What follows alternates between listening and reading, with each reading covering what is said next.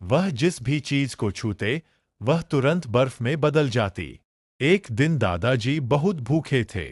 उन्होंने पेड़ से एक आम तोड़ा, लेकिन जैसे ही आम को हाथ लगाया वह पल भर में बर्फ बन गया।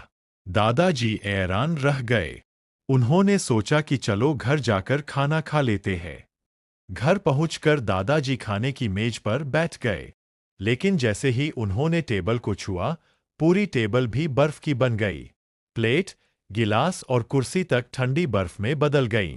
दादाजी डर गए और सोचने लगे कि आखिर उनके साथ यह क्या हो रहा है।